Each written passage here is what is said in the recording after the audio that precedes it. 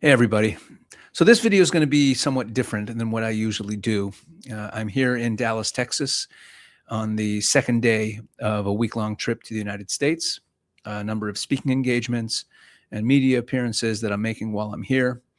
After Dallas, right now it's late at night in Dallas on Thursday night, and tomorrow on Friday, I'm heading up to Washington, D.C. And this has been a very special trip for me. And for an important reason I'm going to share with you in this video. So a lot of you don't necessarily know a lot about what I do. You probably watch this channel and you see me talking about politics and talking about what's going on in the Middle East, which is the main thing that I cover here on this channel. But many of you are probably already aware that my career for more than the last decade has been Jewish-Christian relations, building bridges between the Jewish and Christian communities. And that means that I spend a lot of time, and I have spent a lot of time for more than a decade, traveling across the United States and Canada, speaking in churches and Christian seminaries, sharing Bible studies, connecting with Christians about all that we share and about Israel and about the Bible. That's a lot of what I do for a living. And, for the Jewish viewers who are watching this and you're wondering how I go into churches, because there's been a tradition in Judaism, an understanding that Jews are not supposed to go into churches, but that's a larger topic. And I assure you that everything that I do is perfectly permissible under Jewish law, and we can have that conversation some other time. But this trip has been especially important to me. It's been very meaningful for me already because I'm accompanied on this trip by my son, Meir. Now, my son, Meir, is 28 years old, and he's a brilliant young man. And he's also a combat soldier in the reserves of the Israel Defense Forces. He's a squad commander in the Givati Brigade in reserves. And since October 7th, he's served over 500 days of reserve duty in various combat situations in Gaza and Lebanon. And he's accompanying me on this trip, sharing his experiences with some of the audiences that I usually speak to. This is the first time I've ever done this, bringing one of my children along with me to participate in what I do and to engage in it. So where I'm speaking on this trip, he's also joining me and also sharing his story. And what I'd like to share with you is a clip of Meir speaking to a Christian audience last night in Texas at Vintage Church, pastored by Pastor Stephen Martin, a dear friend of mine. And this was Meir's message. So enjoy it with me. Here we go. Yeah, so I'm glad we got that disclaimer out of the way. I don't do public speaking for a living, so it's a tough act to follow. So I was born and raised in Israel to American parents. That's why my English is good. And I've been pretty busy lately. I'm a squad commander in the Israeli Army Reserves. But I want to share a message here that will take us back to where my military journey began. So as some of you may know, Israel always has had a mandatory draft, which means every young man and woman, when they finish high school, they join the military.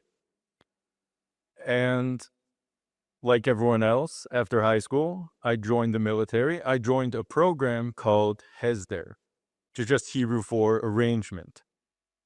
Now, the way this program works is that instead of going straight off to boot camp, we go from high school to a seminary. And we spend 2 years there studying together with our rabbis, working on our faith, studying theology, studying the Bible, studying Jewish law.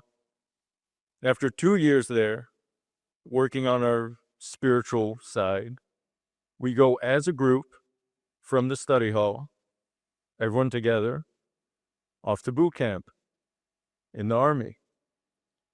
And after a year and a half in the field, once again, as that same group, we return back to the study hall. And we have another year and a half of study, again, working on our faith. Now, why would the Israeli military have a program like this? What's the message here? You see, it's not about a scheduling crunch. It's not like we have a few things we have to squeeze in and they say, okay, we'll do a year of this and 2 years of that, and then we'll circle back and do another year to make up what you couldn't squeeze in that first time. It's not about just fitting a few things in.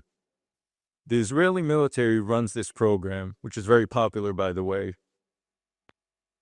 to send a message. And that message is that these different parts of our life, working on our faith and our spiritual side, and doing all the other stuff that has to happen out there, it's all part of the same journey. And we go back and forth and we go back and forth and it mixes together. It's with the same people and it's under guidance from the same, in our case, Rabbi, to each their own. And it all lives under the same roof. Because there's something very easy or very simple about dealing with our faith when we're in the right context, when we're in church, or we're studying the Bible at home, or when we spend time in a seminary. That's the time that we set aside to work on those things. And so it's easy. But then all of a sudden, life goes on, we go out, we have our routine, crazy things happen, wars happen, and sometimes we suddenly realize, wait a minute, all that work I did on my faith, I left it all behind. We're busy. We have a lot going on. And the message here, the message of this program is, you can never leave your faith behind. You always have to take it with you. And sometimes we focus on it more, sometimes we focus on it less. But even when we're out there, even when we're as busy as can be, we have to remember that these different sides of us aren't really different sides of us at all. The outside world us and the spiritual us, they feed off each other. They're two sides of the same coin, or they're even the same side of the coin. Our faith will only get stronger if we take it with us out into the world. And we're only going to be able to function out there in the world if we take our faith with us. Over the past 3 years, I've been pretty busy. I've been in Lebanon, I've been in Gaza. It's been interesting. It's been challenging. It's been challenging in a lot of different ways. And one of them is, and I'll mention 2 ways in which it's been challenging. One way is that it raises a lot of questions. Many of them were mentioned in the speech just now. War raises a lot of questions about how should we behave? What's worth fighting for? What's our ultimate goal? When should we go forward? When should we stop? When's a time for war? And when is it a time for peace? But with all those questions flying over our heads, another big challenge of war is that it doesn't really share well. When war demands our attention, we don't have time for anything else. And some of that can be even when we're sitting at home and big things are happening and, we can't focus, but especially someone who's in the field, as some of us have been, you don't have time for sports, you don't have time for your friends, you don't have time for your family. Doesn't share. And so precisely at the time when all the biggest questions are raging and everything is coming up to the surface at once, that's when we have the least time to deal with it.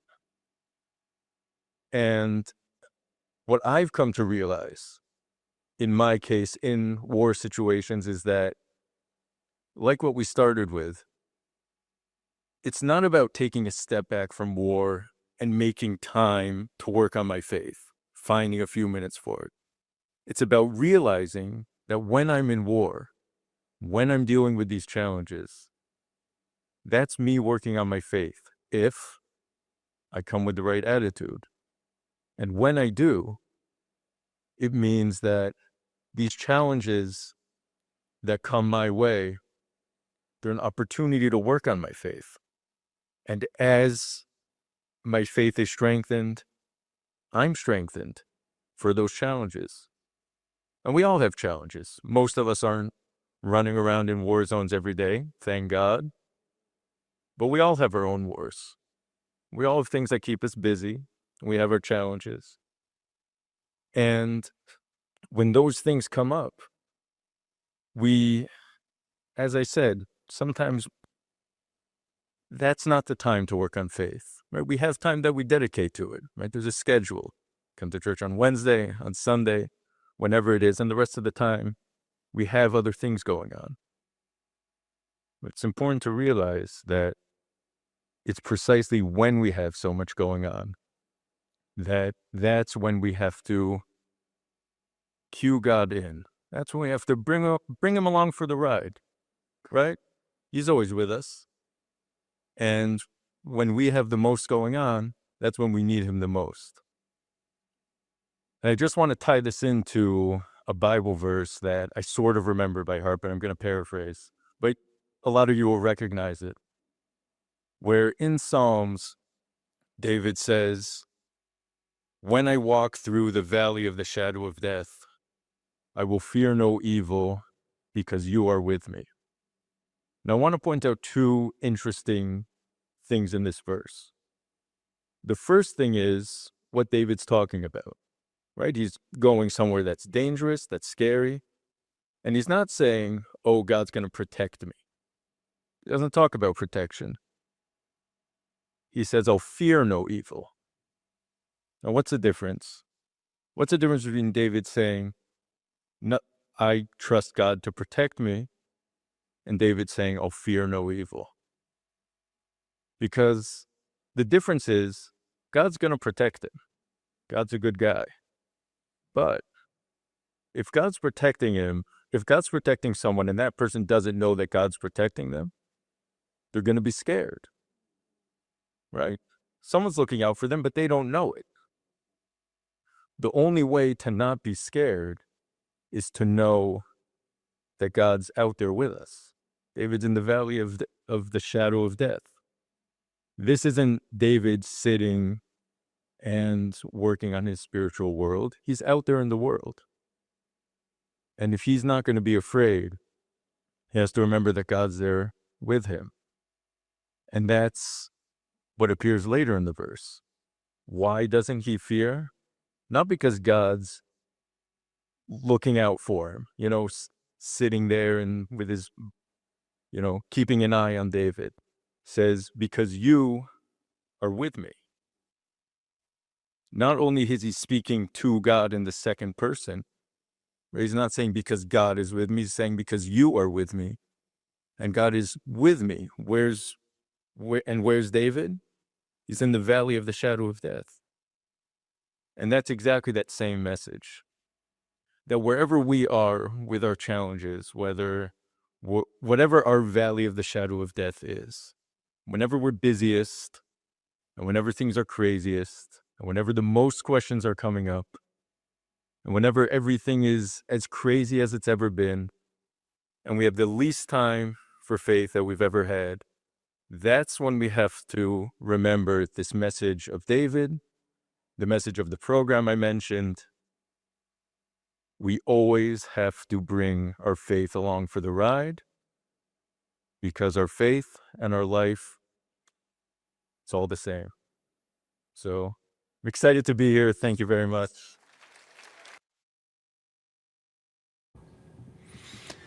That's my son. Beautiful message, huh?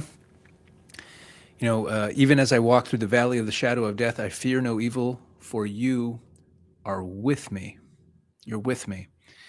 And it's such a beautiful message that the way God is with us is that we bring him in, that we're conscious of him, that he's with us. And this is a good message for us to remember at this time. We're going through a lot of turmoil in the world over these last few years, and we often feel like we're walking through the valley of the shadow of death. And as Mayor pointed out, that verse is in the second person. I fear no evil, for you are with me. Sometimes we talk about God. Sometimes we talk to him. And it's at those difficult times when we're walking through the valley of the shadow of death that we really turn to God and we have that more intimate relationship. I'm talking to you, God, and you are with me in what I'm going through.